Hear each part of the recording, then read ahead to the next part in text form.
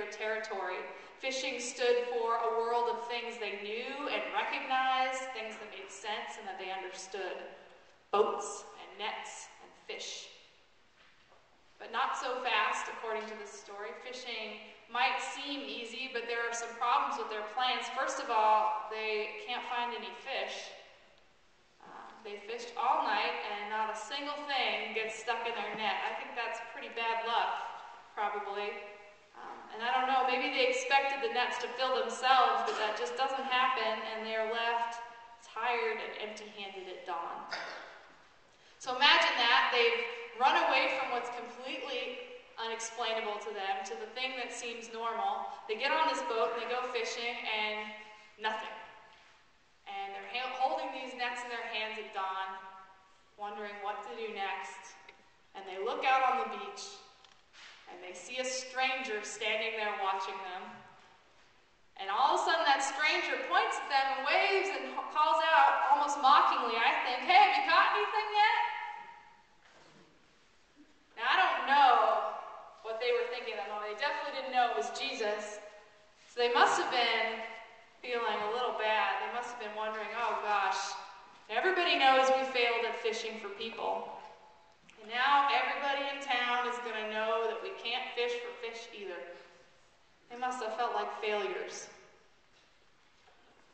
Now one scholar that I read quite often, he wrote that the disciples were back at this old trade, and there's no indication of how Jesus has shaped their life in this story. At the beginning, you don't get the sense, you almost don't even realize that they're disciples at all, right? It's just they're fishermen. They've gone back to something completely separated from Christ, and they don't even recognize him on the beach. They don't even realize who it is, this person they spent 3 years with. And they act as though, about 3 verses back, he hadn't even given them a solemn charge to disciple the nations. And all this fishing, it seemed, would imply that they'd just thrown up their hands in frustration in the face of Jesus' death and resurrection. That even though they lived through it, it's too confusing, too hard of a life, and that they've chosen to go back what they're doing before. Even though they're bad at it, they've decided to go back. And just remember, this is only the 3rd week of Easter. It's only been 3 weeks, and they're already back fishing. I wonder how often we allow ourselves to walk away from something life-changing. How often we allow ourselves to throw up our hands in the face of something that could transform us just because we're overwhelmed by it at first. How often we say, I can't, or not me, in the face of something that seems outrageous and bizarre at first glance. Whether it's Christ conquering death, or maybe just the possibility that our choices, how we spend our money maybe, or how we eat, or what we put our energy towards, the idea that that could change the world is just too much for us. We're only one person, right? How could we change things? And so instead of actually sticking with that idea that we have power in us, God-given, to change the world, we just walk away. We give it up. When Jesus stands on the beach, he doesn't let his disciples give up. When he stands there on that beach, he's refusing a slow betrayal of his principles and of his life.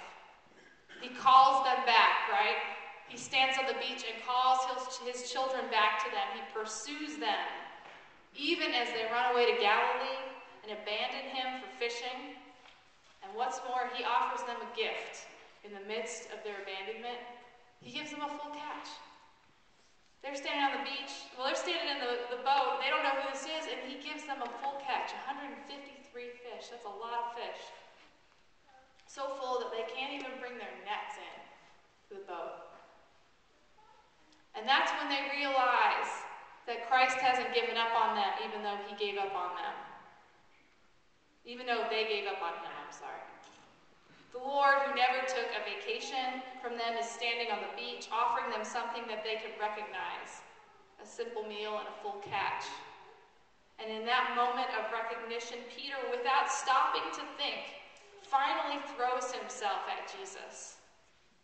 And in an interesting reversal of the story of Adam and Eve, it says that he covers his nakedness, and rather than hiding in the garden, he runs to God. I believe in that moment he finally stops saying, I can't, or I won't, or I'm not ready, or not me, Lord, or this is too big, Jesus. In that moment, all he sees is the one who loves him on the beach. And that's enough.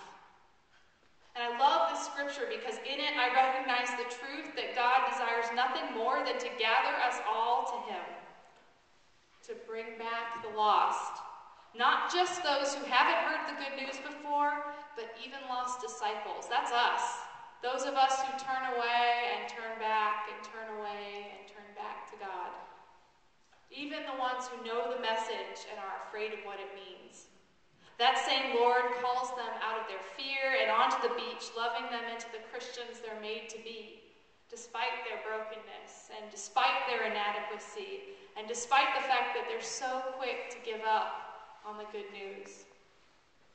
Even though Peter and the disciples ran away, even though Peter denied Christ, even though they were all broken, Christ still has work for them to do. He still has love to offer them all.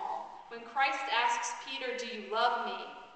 He is reminding him and us that even though we are broken, even though we are fallible, we are still wonderfully and fearfully made.